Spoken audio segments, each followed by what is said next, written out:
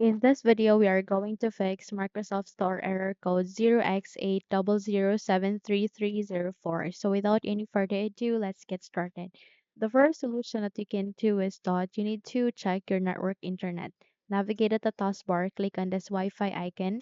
Please proceed to the Wi-Fi that you have been currently connected in, and then check if it mark here connected. If it mark here connected, then meaning you don't have any problem with your Wi-Fi. But if it marks here no internet, try to use another Wi-Fi network that is available in your device, I mean in your area, and then check if the error has been resolved. Okay. But if not, then let's move on to the next solution. Press Windows key and R key together. Type for wsreset.exe. Click on the OK button.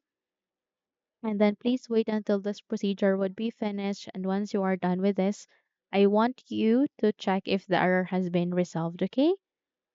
That's it. If you found this video helpful, kindly like and subscribe. You may also click or turn on the notification bell so that you will be notified for more upcoming tutorials. Thank you and have a good day.